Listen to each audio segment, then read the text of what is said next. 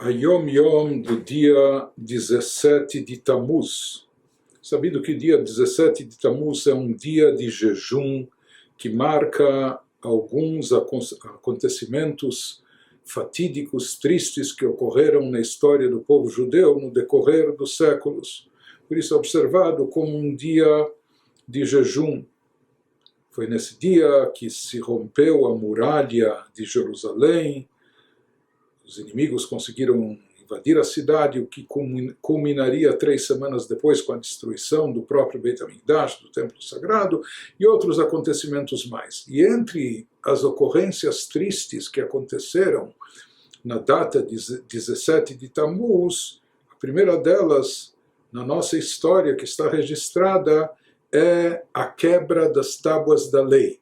Ou seja, 17 de Tammuz ocorre após 40 dias depois da entrega da Torá, da revelação de Deus no Monte Sinai, quando nos são dados os 10 mandamentos, e esses 10 mandamentos são gravados na pedra por Deus, ou seja, que as próprias tábuas foram entregues por Deus com a escrita gravada nelas de forma milagrosa, sobrenatural, assim foram entregues para Moshe, e Moshe, depois de 40 dias completos, no Monte Sinai, recebendo a Torá, os ensinamentos divinos, as explicações bíblicas. Depois ele desce do Monte Sinai, e quando ele avista o povo de Israel cometendo o gravíssimo pecado do bezerro de ouro, idolatria, ele lança as pedras, lança as tábuas da sua mão e rompe, ou seja, elas se partem, elas se quebram.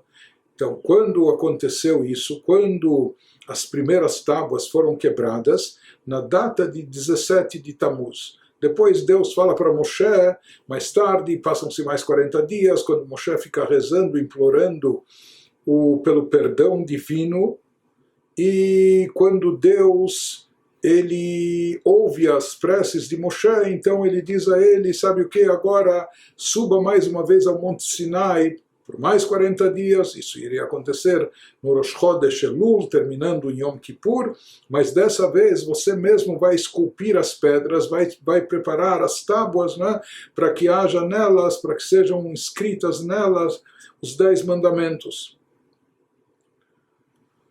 E é sabido também que na arca sagrada que nós tínhamos no Beit HaMikdash, tanto no Mishkan, no tabernáculo, santuário provisório, desmontável, que acompanhava os judeus no deserto, como mais tarde também no Beit HaMikdash, no templo sagrado, dentro da arca sagrada, no local mais sagrado, Kodesh HaKodashim, o que havia lá? As tábuas da lei, tanto as tábuas inteiras, que foram dadas para Moshe depois do término da terceira vez que ele passou 40 dias no Monte Sinai.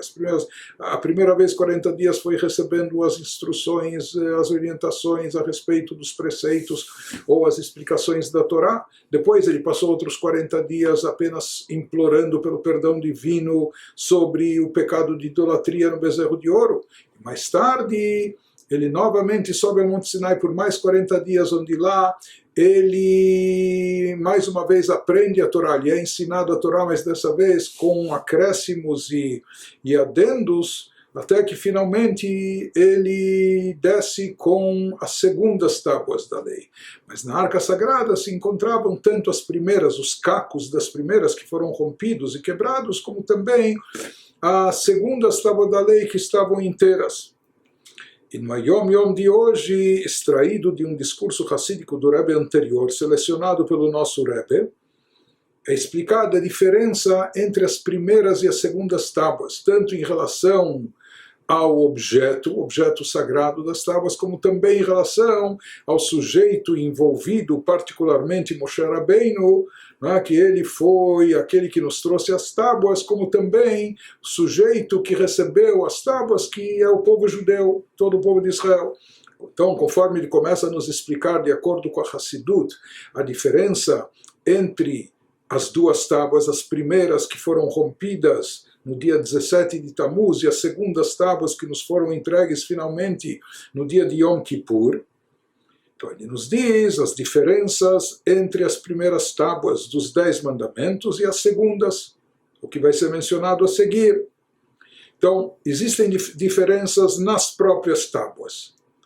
As primeiras foram obra de Deus. As primeiras tábuas nem vieram da pedra aqui de baixo. Tudo nos foi entregue por Deus, ou seja, era algo sobrenatural, celestial. Enquanto que sobre as segundas tábuas está escrito que houve uma ordem divina para Moshe: esculpe-as para ti. Já que Moshe, você quebrou as primeiras, então vá agora e confeccione, vai esculpir na pedra as tábuas para conter a escrita divina sobre elas.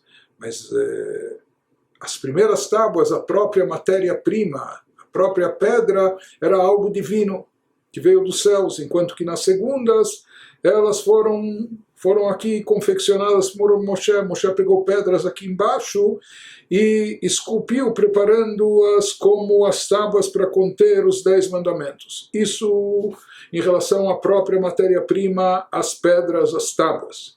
Havia também uma diferença na escrita divina sobre as tábuas. Somente nas primeiras tábuas havia a qualidade espiritual descrita pelas palavras bíblicas, que a palavra divina estava gravada nas tábuas. E qual a importância? Ou seja, que Deus não apenas escreveu, mas gravou, não é? com letras gravadas, atravessando a própria pedra, não é? Assim as palavras divinas estavam gravadas nas tábuas, mas gravadas por Deus. E de acordo com os nossos sábios, assim é trazido na Gemara, no Talmud, se essas tábuas não tivessem sido quebradas, as primeiras, não haveria esquecimento da Torá. Ou seja, tudo que a gente estudasse e aprendesse, nós iríamos memorizar, iríamos guardar sem esquecimento. Isso era uma das consequências, uma decorrência dessa escrita divina especial que estava gravada nas tábuas, nas primeiras tábuas, nas tábuas originais. A verdade é que também nas segundas tábuas, Moshe confeccionou apenas as tábuas das pedras aqui embaixo, mas também quem escreveu ou quem gravou as letras e as palavras nas segundas tábuas também foi Deus. Mas havia uma qualidade especial, conforme descrito no Talmud, na Gemara, na escrita divina gravada nas primeiras tábuas, que não estava presente nas segundas tábuas. Então essa é mais uma diferença. Agora, em relação ao sujeito, aos receptores, aqueles que receberam as tábuas, no nível espiritual do povo de Israel também havia uma diferença entre as duas tábuas. Quando as primeiras foram dadas na data de Shavuot, no dia 6 de Sivan, data da outorga da Torá, depois dos 49 dias das 7 semanas intensivas de preparativos espirituais, desde o êxodo, a saída do Egito, até chegar naquela data. Então, quando se chegou naquela data de Shavuot, quando os judeus se perfilaram no sopé do Monte Sinai para receber a Torá, eles eram tzadikim. Os judeus estavam num estado espiritual muito elevado, que corresponde ao status quo de tzadikim, de pessoas elevadas, espiritualizadas, justas, etc. Pois quando estiveram diante do Monte Sinai, conforme trazido no Midrash pelos nossos sábios na Gemara, quando os judeus estavam no Monte Sinai, no dia 6 de Sivan, para receber a Torá, terminou sua impureza. Se diz que toda impureza intrínseca do ser humano foi retirada dos judeus, ou seja, houve aqui um processo de purificação, de elevação intensivo, como nós falamos, para se prepararem para receber a Torá, e se diz que toda impureza que adere naturalmente ao ser humano desde o pecado cometido por Adão e Eva de comer do fruto proibido, então esse tipo de impureza que é inerente ao ser humano também foi retirado, portanto, sobre os judeus. Portanto, na data da outorga da Torá, do recebimento das primeiras tábuas, eles estavam no estado espiritual elevadíssimo de tzadikim. Enquanto que nas segundas tábuas, depois que eles cometeram esse escorregão espiritual terrível, essa falha tremenda de idolatria, do pecado do bezerro de ouro, depois se arrependeram, não é? Mas nas segundas tábuas eles não eram mais de tzadikim, não estavam nesse estado espiritual elevado de tzadikim, mas sim de balei tshuvah. Balei tshuvah são penitentes, ou seja, não são pessoas que estão no estado de perfeição espiritual tão grande e elevado como dos tzadikim. São balei tshuvah, pessoas que falharam, que pecaram, mas que se regeneraram, que redimiram o seu erro, se arrependeram. Então, nas segundas tábuas, eles estavam nesse estado de balei tshuvah. Havia também uma diferença no nível espiritual de Moshe Rabbeinu, que era o intermediário aqui, que serviu como intermediário, ou seja, na sua posição nas primeiras tábuas, entre a sua posição nas primeiras tábuas em relação às segundas. Com a entrega da Torá nas tábuas originais, na primeira vez, dia 6 de Sivan, foram dadas de presente, de acordo com os livros cabalísticos, foram dadas de presente a Moshe 1000 luzes. Ou seja, Moshe teve o seu espírito, sua alma iluminada de uma forma especial, que se fala que mil iluminações foram dadas e concedidas a ele, ou seja, uma revelação, um brilho divino intenso, muito elevado, muito forte. Porém, por ocasião do pecado do bezerro de ouro, 40 dias depois, quando ele volta para o acampamento e vê o povo cometendo idolatria, essas luzes especiais, luzes abstratas, espirituais, que foram concedidas a Moshe, foram removidas. E essas luzes especiais, essa revelação especial, não foram mais devolvidas com as segundas tábuas. Com exceção, salvo em Shabbat, como consta no Pri Etz Chaim, nos escritos do Arizal, do grande cabalista, o Rabbi Yitzhak Luria, ele diz que no dia de Shabbat, Moshe recuperava ou obtinha novamente acesso a essa revelação especial, esplendorosa, que lhe foi concedida nas primeiras tábuas. No final das contas, traçando todas essas comparações, quais tábuas podem ser consideradas mais elevadas? Então, à primeira vista, haviam várias vantagens aqui nas primeiras tábuas, né? Tanto em relação ao povo de Israel, em relação a Moshe Rabbeinu, como também em relação à própria matéria-prima, que era divina, as pedras, como a própria escrita sobre elas. Porém, na Hassidut, trazido nesse discurso hassídico do Rebbe anterior, ele nos diz que as segundas tábuas tiveram uma qualidade superior. No final, nós obtivemos uma vantagem, uma qualidade superior justamente das segundas tábuas.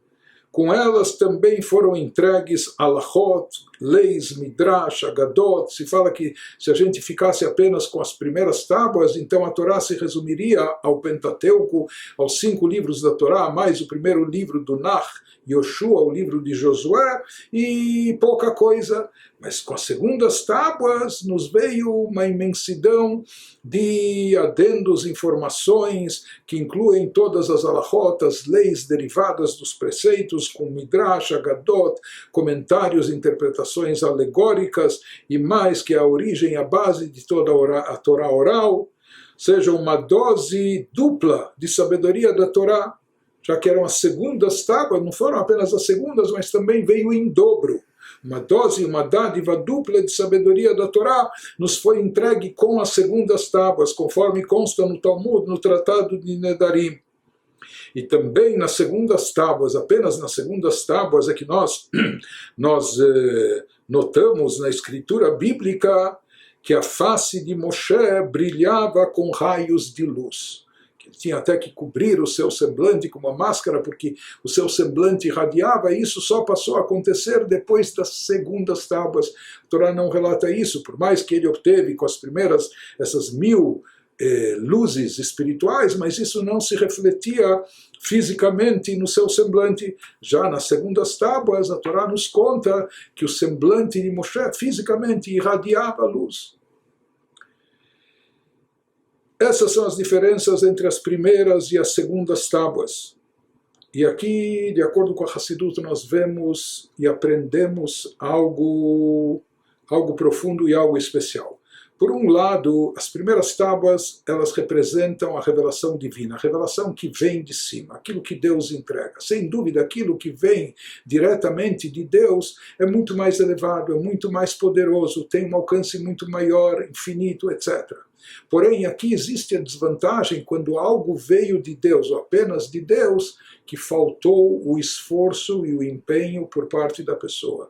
E às vezes, aquilo que vem de Deus, já que Deus dá de forma infinita, muitas vezes, quando nós não nos esforçamos, não nos preparamos, nem estamos aptos, nem estamos meritórios para receber e captar isso. Não estamos merecedores e por isso a coisa pode se quebrar, pode evaporar, pode não durar como realmente aconteceu. Nas segundas tábuas, o que nós encontramos e o que nos explica, enfatiza Hassidut, como elas partiram aqui de baixo, ou seja, elas vieram resultantes ou decorrentes do empenho, do esforço do ser humano.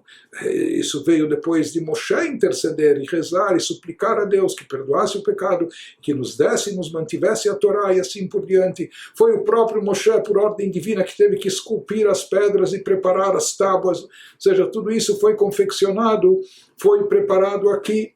E mesmo o povo de Israel, não é que talvez essa primeira elevação, ou que nas primeiras tábuas eles estavam no nível de tzadikim, talvez isso foi um pouco forçado, ou seja, que Deus mandou tantas revelações espirituais que eles aderiram, mas não foi algo espontâneo e que veio por parte deles. Depois que pecaram e tiveram que se arrepender e tiveram que dizer o que nós realmente queremos. É isso ou aquilo? E quando se conscientizaram, não, nós queremos a divindade, nós queremos o monoteísmo, etc. Nós queremos nos livrar de idolatria. Isso veio do esforço e do empenho pessoal e coletivo do povo de Israel, ou seja, veio por iniciativa inferior nossa aqui embaixo.